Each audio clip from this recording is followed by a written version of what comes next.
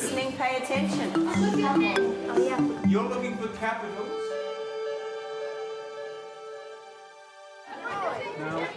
Frankley High School is a small comprehensive next to a housing estate on the outskirts of Birmingham.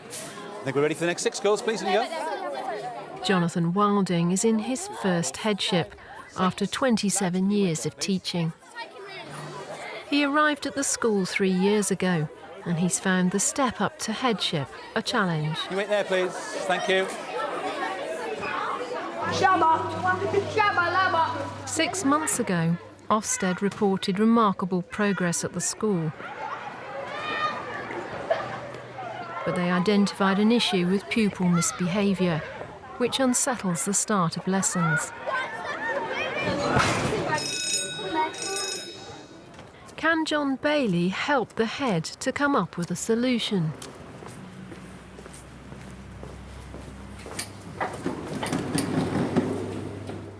What Ofsted was focusing on was something that we'd picked up on ourselves, that at lunchtimes, break times, between lessons, our kids' behaviour can be quite immature. And what they're doing is they're bringing this high behaviour then back into the school with them. Okay. And what we need is, as they come into the school, they're ready to learn straight away. It's break time. Hello! And Bayley decides to explore. No, thank you. No, don't want you doing that. Not safe. Off you go.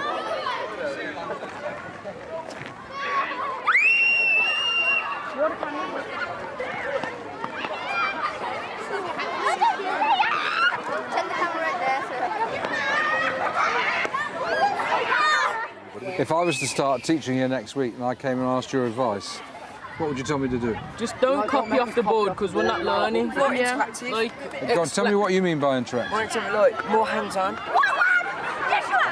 bad boy. Nathan! Nathan, come here, please. Nathan! Nathan! Nathan! The school has a range of sanctions and support mechanisms, but still the problem remains.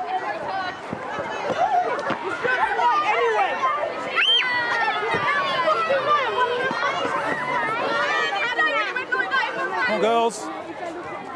Lads, can you get in, please? Lads, where are we?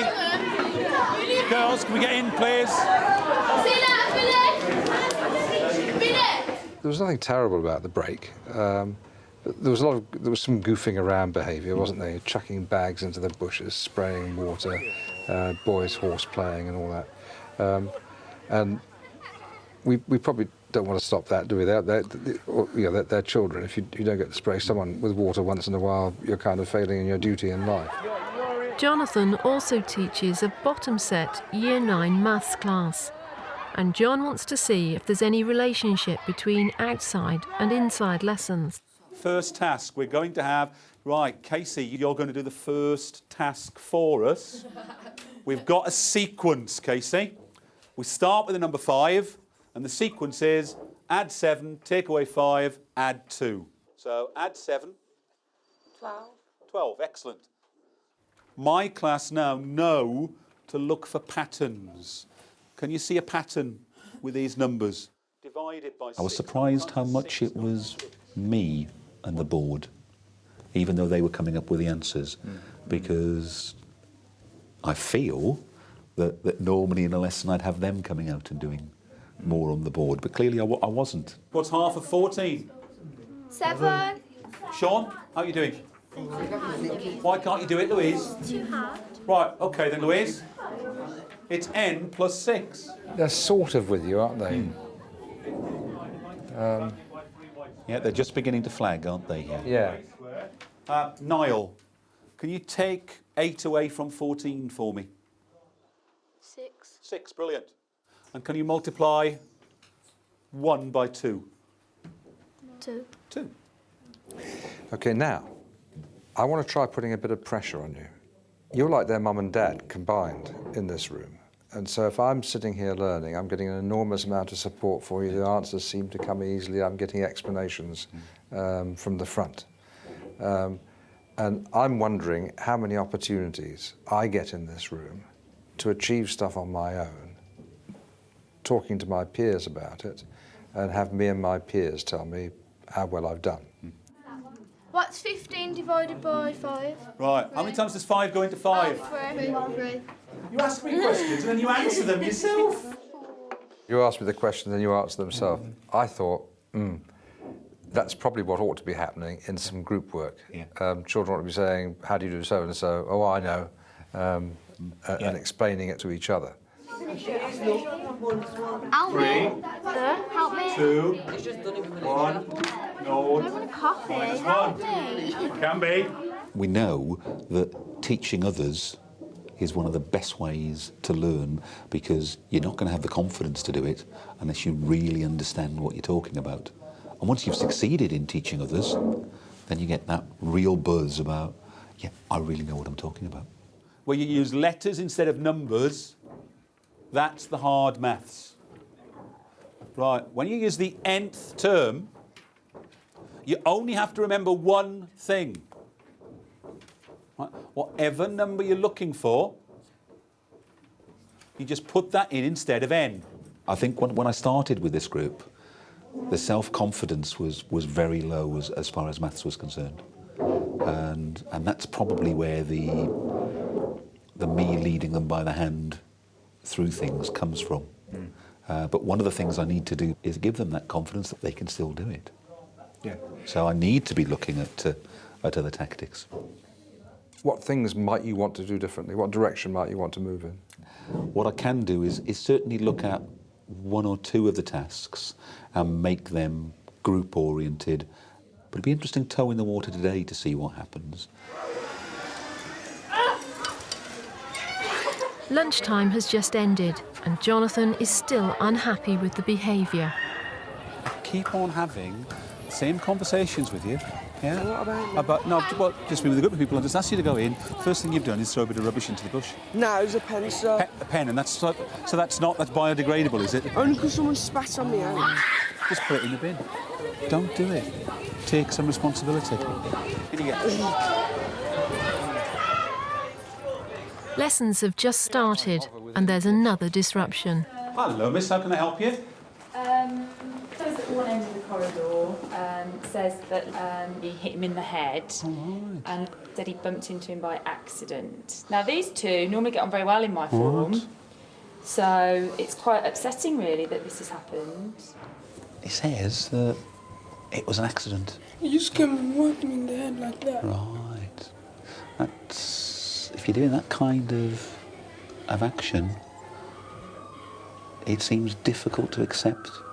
That's an accident. If I'm walking up to Miss and... oh, sorry, yeah? I'm going to do her a lot of damage bumping into her arm, am I? Yeah? How are we going to sort this problem out, lads?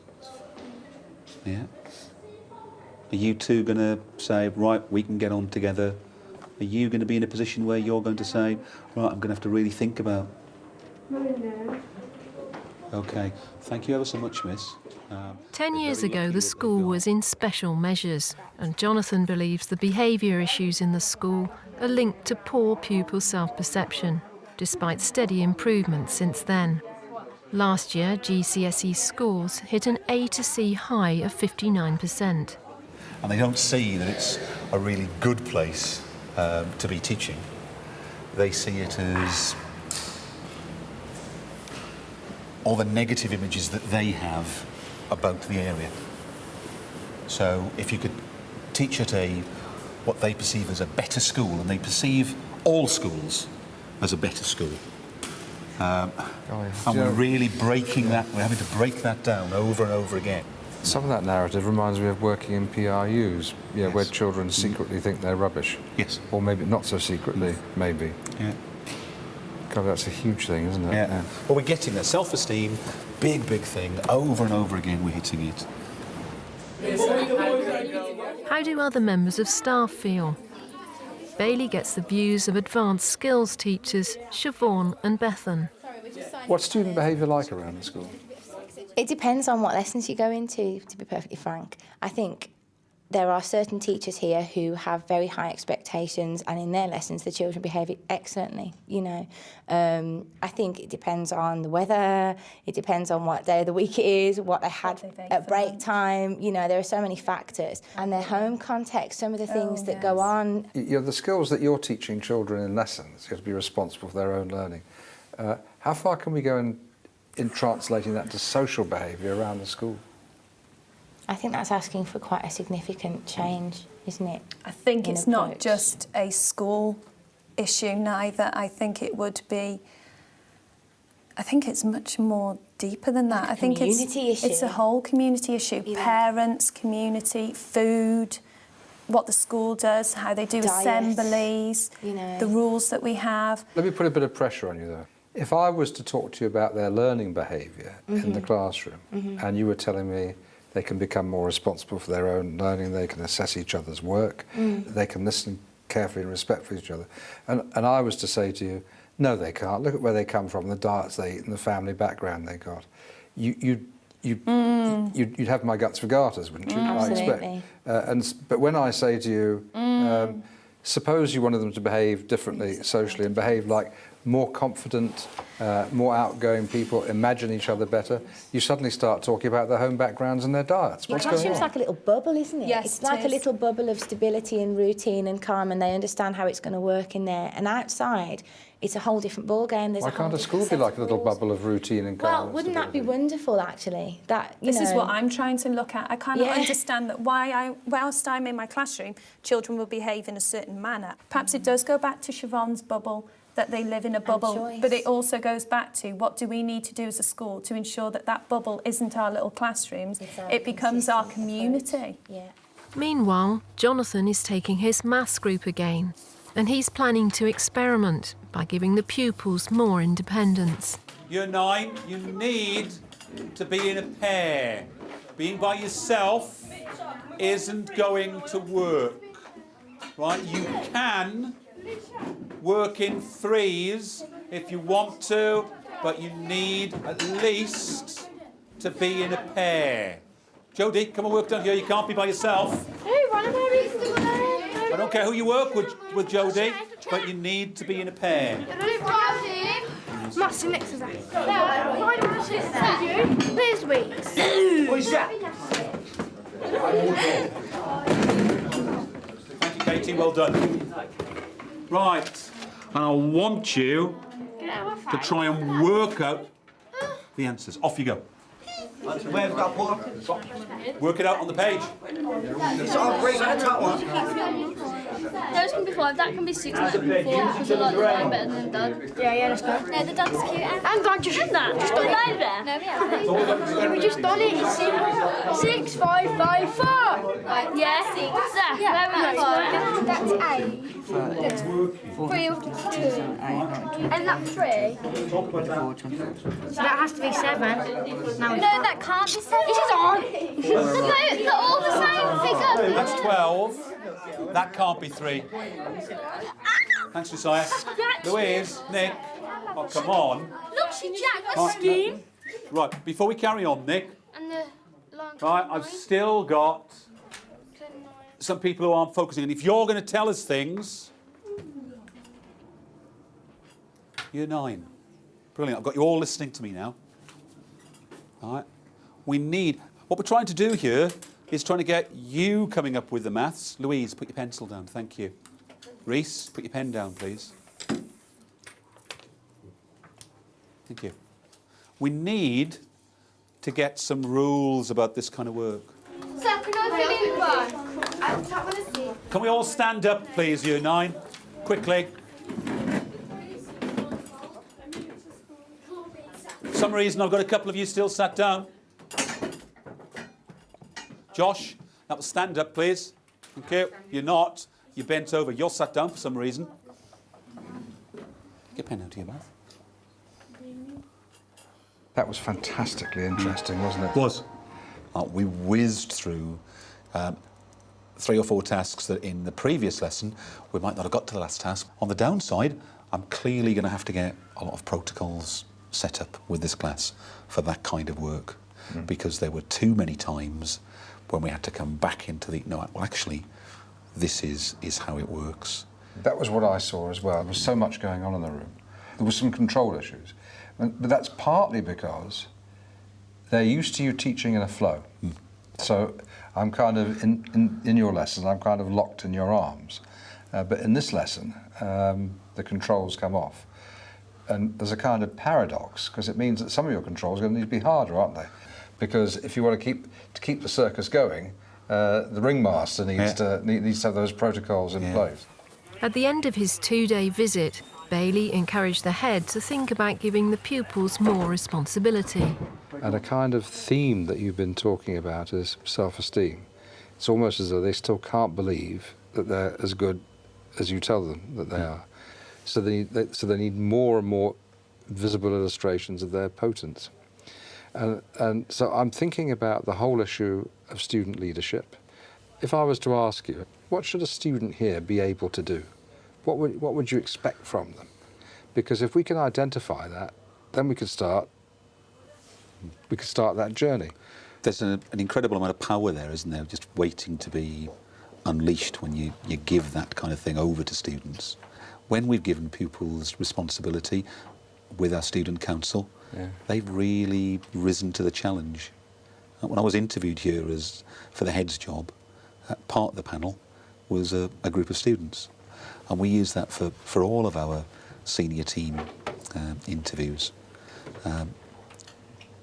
But we're doing it in an ad hoc way at the moment. We're doing a little bit here and a little bit there, rather than looking to see how we can really tap into that potential. 1 month later, John Bayley's returned to see how the head has moved forward with the idea of giving pupils more power in and out of the classroom. It's the last day before half-term, and it's a non-uniform day. First port of call is to check on progress in maths. Okay, this was the work that you asked me to do this lesson. Last night, Alicia and Jodie came and helped me set up, and they came up with the learning objectives. Why do we want people working as a team rather than by themselves? Because you could share answers and... Right, excellent. So that's your first objective today. Working as a group of, it's going to be 3 groups of 4. So, can I have a calculator? No. Do you need the 25 and that side? Do you know 18? So you got 44. Do you know 30? I've got for you. That's me now, that's the fun right. 194. Yeah, I don't think so. That's what I've just worked it out. Yeah, but you're going to about. Do you know number 14? That bottom one's going to add up to 48. But don't just give them the answers, explain to them what you've done. 7 and 2 is 9. 70. Oh no. 76 is 70. Goes there.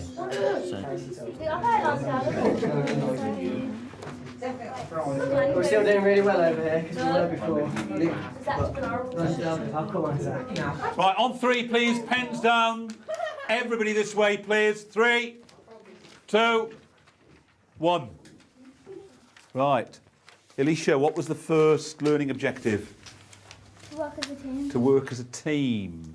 So, do we think we've met our first learning objective? No. You think? No. You don't think you have, Alicia? Why not?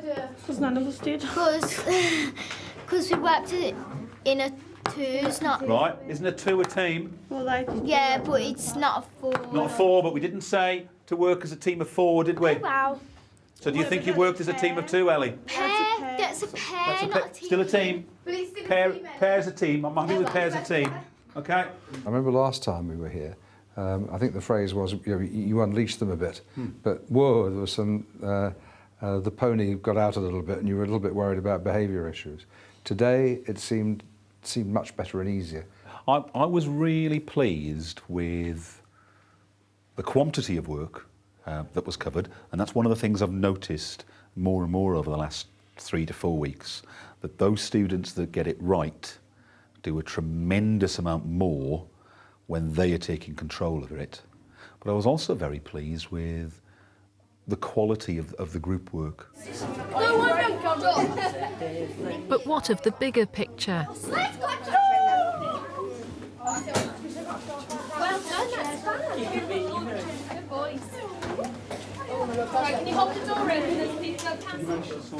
I got all the form tutors and I said, send me half a dozen stars from your form. Took group photographs of them in the form. Oh, really? Right. Later on that week, we had a Key Stage 3 and a Key Stage 4 assembly, and we went through what Ofsted said about us. And then I said, but we've been told that we can't make any more progress whatsoever unless we bring experts in. And I had some really puzzled expressions looking at me at that point. And then the next 5 minutes of the assembly was a montage of these photographs of the stars from every class. And I said, there they are. There's the experts. And we're going to say, you are the people who are going to take this school on to the next level. Are you interested? Are you up for it? But what might be the direct link between that and the number of children sent out of lessons? One of the things it's given me the power to do when talking to children who've been sent out of lessons in the corridor, to say, oh, you were there for that assembly that we did the other day, weren't you? Who did I say could turn this school around? And it starts that conversation, oh, we're the ones who can turn the school around. In the longer term, the head's also planning to train up some of his star pupils to become student ambassadors and lead by example. Yeah. How about wander outside? Meanwhile, how are things looking at break times?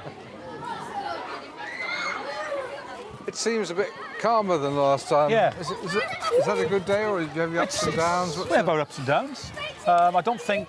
But one of the questions that we were considering was, would the non-uniform day make any difference? Yeah. And in my experience, it doesn't. Actually, the heads of year reckon that they have far less problems on non-uniform days. Faye, not very clever. I would say if we had an area that was the area we're still looking at, it's this area here, where this is where we're getting the immature behaviour still.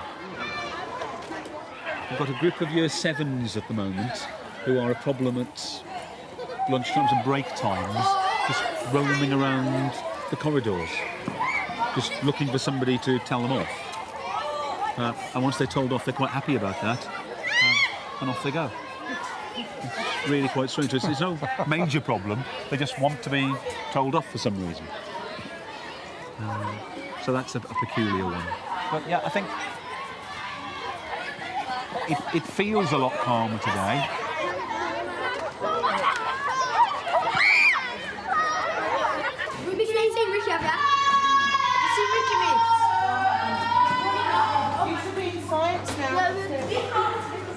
And what do the two ASTs, Siobhan and Bethan, think?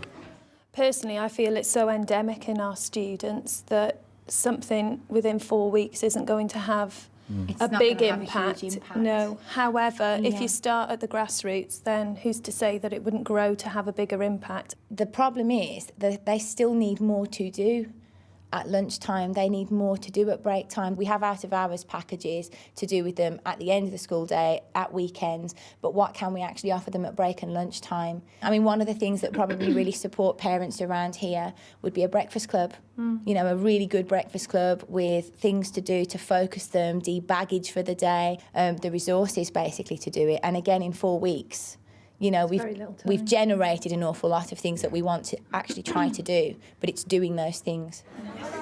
Ideas include consulting more with form groups and boosting the role of the student council. Bayley asked them how much influence they currently have.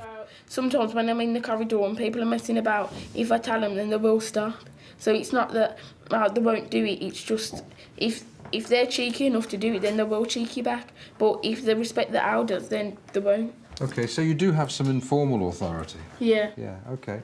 There could be things like possibly during some form time, the student council representative could go up and take some questions of what they want to put forward. The school council can't do anything without even consulting the head teacher or the teachers. We pupils, so we should have the right to say what we feel. They shouldn't just dictate to us what they want us to say, and then they don't give us our opinion to say back. If we weren't here, you wouldn't have a job because you're teaching us. So we both need to respect each other. And also, one of the things, there was real feeling when you said that. There is conflict in every institution because every institution involves people doing things they don't want to do some of the time, and then you get anger and feeling, and knowing how to handle that and manage that. That is truly the 1000% number one life skill. The day's over, but for Frankley High, the pupil revolution may have just begun. And is student voice a real thing? It's not just a fashion, is it?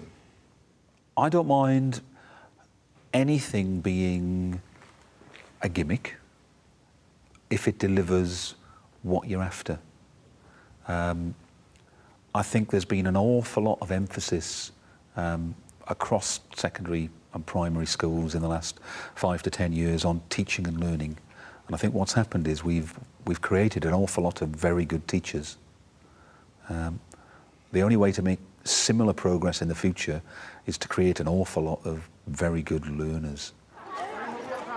We're going to end up going in directions we'd never even thought of, that they're going to come up with their own solutions, because only when they do that will it be something that will work. Because if they've not got a vested interest, why should they buy into it?